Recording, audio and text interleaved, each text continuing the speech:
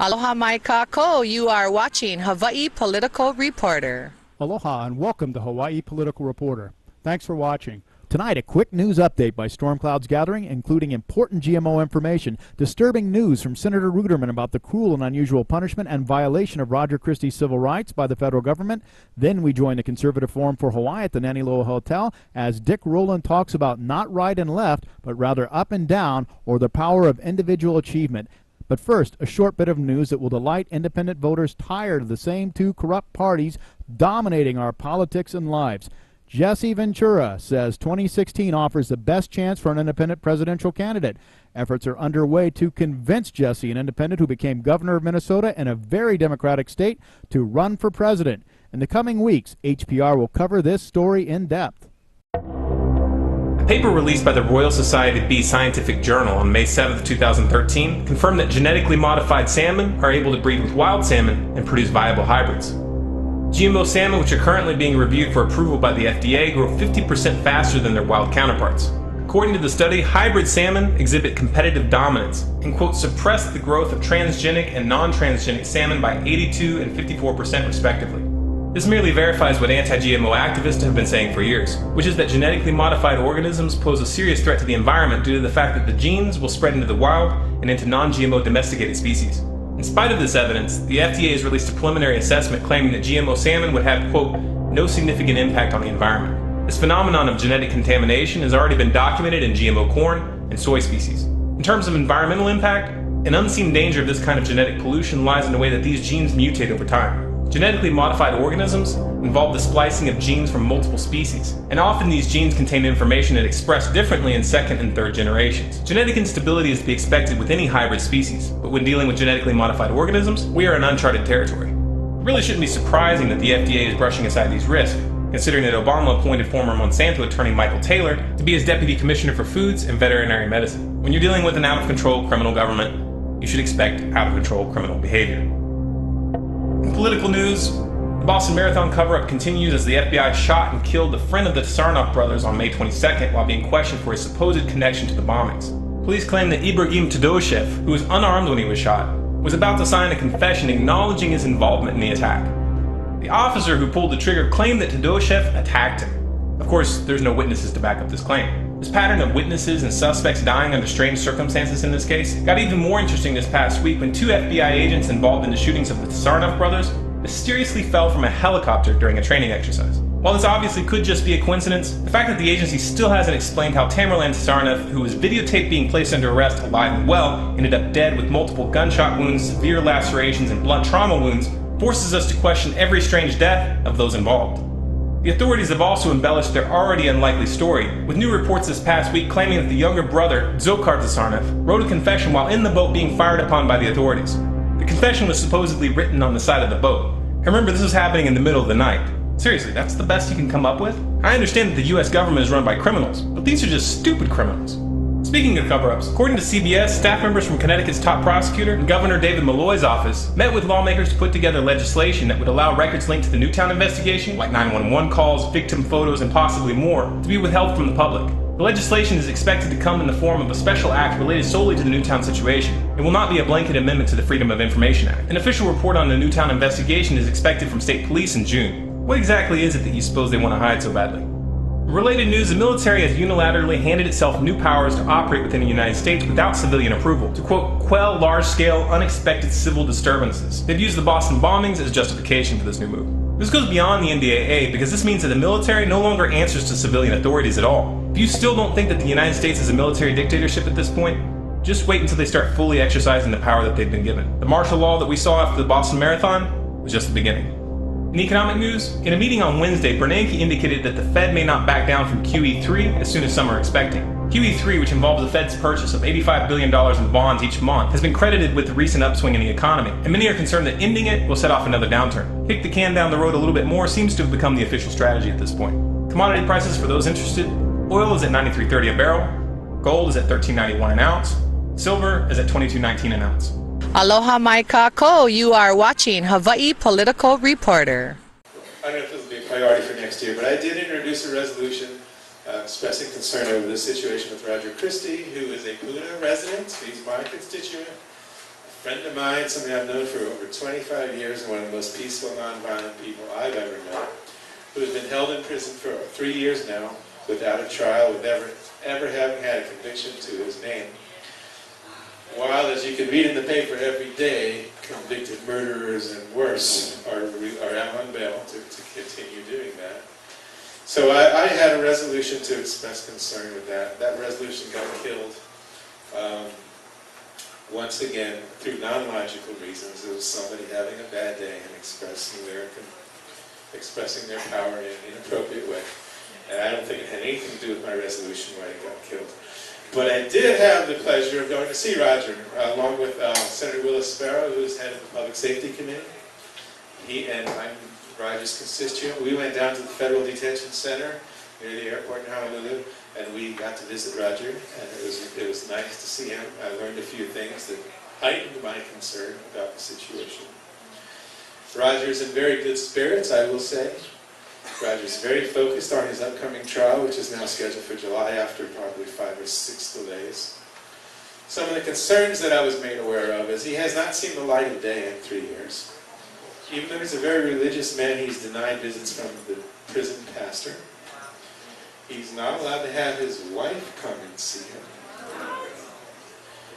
And perhaps the most egregious thing to me was when he gets mail from his attorney, that mail is always stamped, must be opened in the presence of the inmate. That mail is always already open when he gets it. I don't see how anyone can point to this upcoming trial as being a fair trial when the opposition knows every step that's supposed to be attorney-client privilege. My point is not the facts of Roger's case, which are compelling in and of themselves. My point is the way he's been treated as a pre-trial detainee. I think he's been subjected to cruel and unusual punishment in terms of the isolation he's being subjected to, which is unreasonable. And I also think he's been subjected to violations of his civil rights in terms of the right to a speedy trial, the right to fair treatment, and the right to attorney-client privilege. Hawaii Political Reporter is not owned, influenced, or an agent of corporate, government, or special interest. We are a local, honest, independent source of political news and commentary. Our primary goals are to promote awareness of the non-aggression principle and to reduce violence, war, and death. To promote economic liberty, prosperity, and true civil rights as in the U.S. Constitution. To promote transparency and to bring awareness of corruption in government and the collusion at all levels with big-moneyed individuals and special interests to deprive the people of true choice of government. Government that is truly by and for the people, for prosperity and freedom. We are greatly honored to have him address us this morning. Mr. Rowland. He had asked me for a title, and the title I gave him was Up versus Down, the Power of You, 2 by 2. And the theme for that is the Declaration of Independence. And so mostly I'm going to be talking, I will get to 2 by 2, and I'll get to the up versus down, which is part of the Declaration of Independence. But I want to make it plain that the Declaration of Independence, to me, is the absolute essential document for our nation, and is extremely important to us in Hawaii. And to just set the stage a little bit, we had 56 men that met in 1776, and they actually signed the Declaration of Independence. They actually signed that. The last phrase is extraordinarily important. And for the support of this declaration, with a firm reliance on the protection of divine providence, we mutually pledge to each other our lives, our fortunes, and our sacred honor. And then 56 signatures followed and they became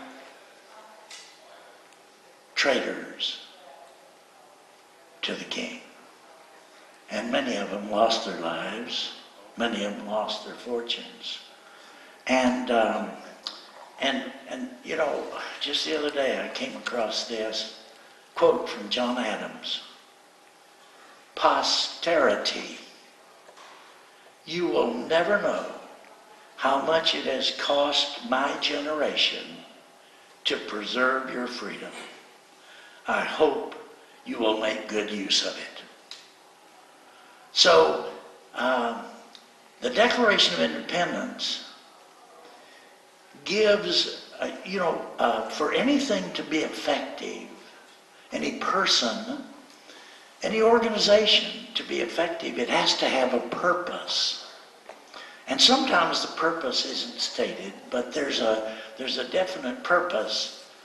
And so the Declaration of Independence gives the purpose for the United States of America.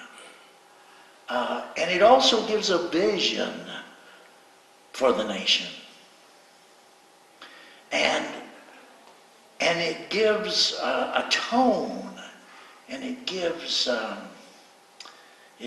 emotional substance to our nation. We've lost a little of that. I think many of you would agree that we have done that. But anyway, we do have a purpose. We do have a vision. And what were those? What was the purpose? The purpose was to extol, to honor the individual. The individual is key to society. So they started by saying that the key purpose is for the people to form the government, not the government to form the people.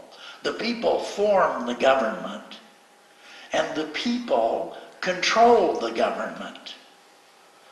So that's the theme that runs all the way through this thing. And of course, the Constitution was built right on that foundation. If we didn't have that foundation, we have never had a Constitution. And the Constitution, by the way, is, it's kind of a mechanical thing. Here's the rules, here's what you do, and this kind of thing. But you get the inspiration from the Declaration. So they talked a lot about we the people. And we the people is the individual gathered together to get done what needs to be done. I just saw a quote from Thomas Jefferson that said that when the people fear the government, there is tyranny. When the government fears the people, there is liberty. And so this declaration is extraordinarily important, and I think it's extraordinarily important today because we've lost some of those visions, and there are many of us that kind of feel helpless. Instead of feeling in control, we the people, we kind of are beginning to feel helpless. And this is explained in the Rasmussen poll. For instance, in one of Rasmussen's latest polls, he talks about a conflict between the governing class and the people. If there's any conflict at all, the conflict should be the governing class straining itself to the maximum to accommodate we the people. Rasmussen, going back to Rasmussen, he pointed out that if you say to the American public, do you think we have government expenditures are too high? Do you think government is too big? You get an 80% yes. Isn't that extraordinary? 80% yes. Prevailing wisdom is that the government is too big and it's too intrusive. A part of the Declaration of Independence, a major part of the Declaration, is page after page, or sentence after sentence, going over the atrocities that the colonies had suffered under the rule of the British king. And if you read that carefully, you realize that in the Declaration, these 56 were declaring that there's only a choice of two directions for government to go. And they're contradictory. You can't have them both at once. And one direction is to leave the people able to reach up towards more individual freedom, more individual responsibility, and more individual autonomy and accountability. And the other is to be forced down to bigger, more intrusive government, less individual freedom, less individual autonomy, and a kind of a fuzzing of the accountability of who's supposed to do what. So that right there in the Declaration has the root of, it's either up towards more individual liberty or down towards tyranny. And by the way, I didn't invent this. In a time for choosing, Ronald Reagan, and I didn't know that when I kind of came up with this concept some time back, and then found that Ronald Reagan, of course, was way ahead of me. On about 3 minutes into this speech, Ronald Reagan said, you know, there is no left and there is no right in politics. That doesn't make any sense. There's only up towards more individual liberty or down toward less and less human, the less use of individual autonomy and creativity. So, and by the way, he didn't exactly say that. I'm just, I'm paraphrasing. But here he came to that conclusion. So the next thing that, believe it or not, in 1886, the father of the study of sociology, a fellow by the name of William Graham Sumner, a professor, forgotten where he was a professor, but William Graham Sumner was an extraordinary writer, and he wrote a short essay called The Forgotten Man. And he described the forgotten man, and it should have been, today it would have been the forgotten man or woman, or the forgotten man and woman. But William Graham Sumner described this person whose alarm always went off early, went to work, was extraordinarily helpful to customers, with fellow workers, to his boss, did always a little more than expected. If somebody needs to stay late, the forgotten man always stays late. Goes home, helps with the kids, mows the lawn. If the neighbor's in need, go over there and help. And you walk up to him and you say, gosh, you're a hero. And he said, who, me? I'm not a hero. I'm just doing what needs to be done. And then Sumner says, and you know, if we didn't have the forgotten man or woman, we just simply would not have a society. we just couldn't. We're dependent on people doing their duty in an extraordinary way. So I'm looking at a lot of forgotten men and women right now. And the reason I tell that story is the forgotten man and woman are very, very, very busy. They are just really busy.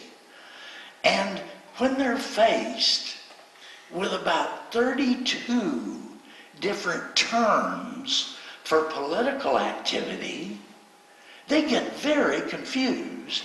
And the first thing they say is, I can't learn what these 32 terms mean. You know, ultra-conservative, conservative, ultra-liberal, far-right, religious extremist or something. So you get all these terms, and what I'm trying to say is this conscientious forgotten man, they just drop out of politics. They drop out of their commanding role of we the people. So what I'd like to really press forward on with you to try to absorb in your mind, to start talking among your neighbors and talk about up and talk about down. They're going to understand that. 80% of them think that we've got too much down. And if you look at the charts of government expenditures, the chart starting with the beginning of the country is flat, and starting about 100 years ago it began to go up, and then it went just straight up. Right now it's going just straight up like a cliff. And it didn't make a damn bit of difference who was in charge. It didn't make a damn bit of difference whether it was a Democrat, whether it was a Republican. They just keep this political class keeps spending money and keeps taking your responsibility away. So if you start talking to people gently, but just, hey, wouldn't you rather have a little more freedom, a little more accountability? I think all of us are straining for accountability. We're certainly not going to get it out of the government. The government, they're never accountable for anything. The damnedest, you talk about the education problem, and the director of education for Hawaii points to the governor points to the legislature. There's fingers in every direction. But anyway, my plea to you is to start changing your mental frame of mind and start talking about up, and realize that to communicate with the forgotten man and forgotten woman, we need to make it simple and understandable. If there's something where 80% of the people in the country agree on, let's take advantage of it. I told one of our Democrat representatives the other day that I was going through the neighborhood. He's my representative. I was going through the neighborhood, and I'm finding 50 or 80% of the people say that government's too big and too intrusive. And he says, of course they say that. And I said, well, why do you say of course? He said, well, that's the right answer.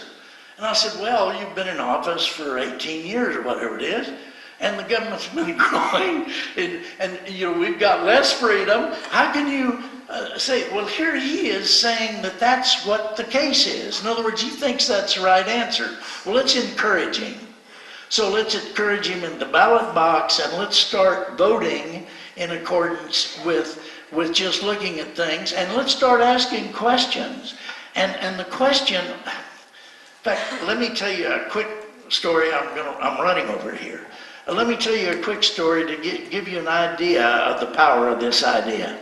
I went to a meeting of an organization in Honolulu that I'm a member of it, and I never attend meetings, virtually never. So I don't know many people in this organization. I went to this meeting, and I was sitting at a table with 8 people, counting me, so 7 other people, and a spirited discussion ensued as we were eating, and the discussion was about the rail, this heavy rail idea in Oahu. And as best I could figure out of the 8 people, there were 5 of them that were against it, and 4 of them, and the rest of them were for it. And so on and on with this conversation. I said absolutely nothing.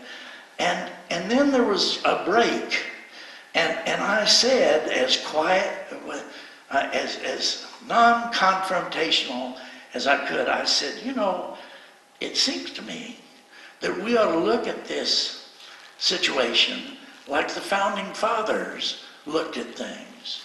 And does this allow us to have more individual liberty and less government and more authority and responsibility as was envisioned in the Declaration of Independence?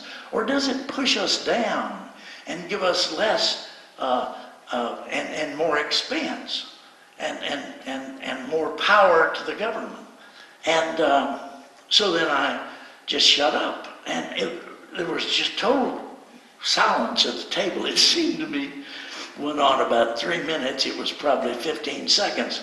And I looked around the table, and there were a couple of people that were trying to process this. There were a couple of them that were actively processing. They were they understood that and were trying to figure out in their mind. And then there was a guy that looked extraordinarily angry at me, and so then he blurted out, the guy that looked angry said, let's change the subject. They changed the subject to the Senate race, I guess it was, and off they went. So at the end of this meeting, after the speaker dismissed the meeting, and so I was walking out, and this lady tugged on my sleeve, and she said, sir, could I talk to you a minute? I said, sure. And she said, that's the most profound thing that's ever happened to me. And I said, what was that? And she said, that thing about up or down. She said, I just never thought of it. I'll never think about things the same again. So I'm thinking, wow, what was that? So anyway, I went out, and I actually sat in the car for a while before I went anywhere trying to figure that out. And what I think what happened in every American brain, there's a love of liberty. And maybe it's more than just America, but certainly in America, there's a love of liberty. There's the Declaration, there's the Constitution. And what had happened is my remarks had there was fog that had built up over this because of the newspapers and all the other things that happened. And so this fog, and what had happened is it was kind of a wind that had gone through her brain and wiped away the fog. And all of a sudden, and that's why it seemed profound to her, by the way, it's something she was familiar with. So anyway, the power of that idea of up or down is something that I'd really like to embed in your brain. Very quickly, I said I'd talk about 2 by 2, the power of you 2 by 2, and that fits in. Start talking about that, and if we have 1,000 people, and each one of you talk to people about up and down, and you got 2 a year later we could start with 1,000 people, and we'd end up a year later with 3,000. And a year later we'd have 9,000. It's amazing what that does, 2 by 2. And so I would say, get started, and then be a leader of the 2 that you recruit. So we want to move upward. The Federal Reserve is no more federal than Federal Express. You try a hide and destroy a freedom. You seek agenda, we know you anti-American. You come forward American Constitution. 1913, corrupt in the system. Devalue dollar, hyperinflation. The Federal Reserve, controlled by Lucifer. Here comes and see you lying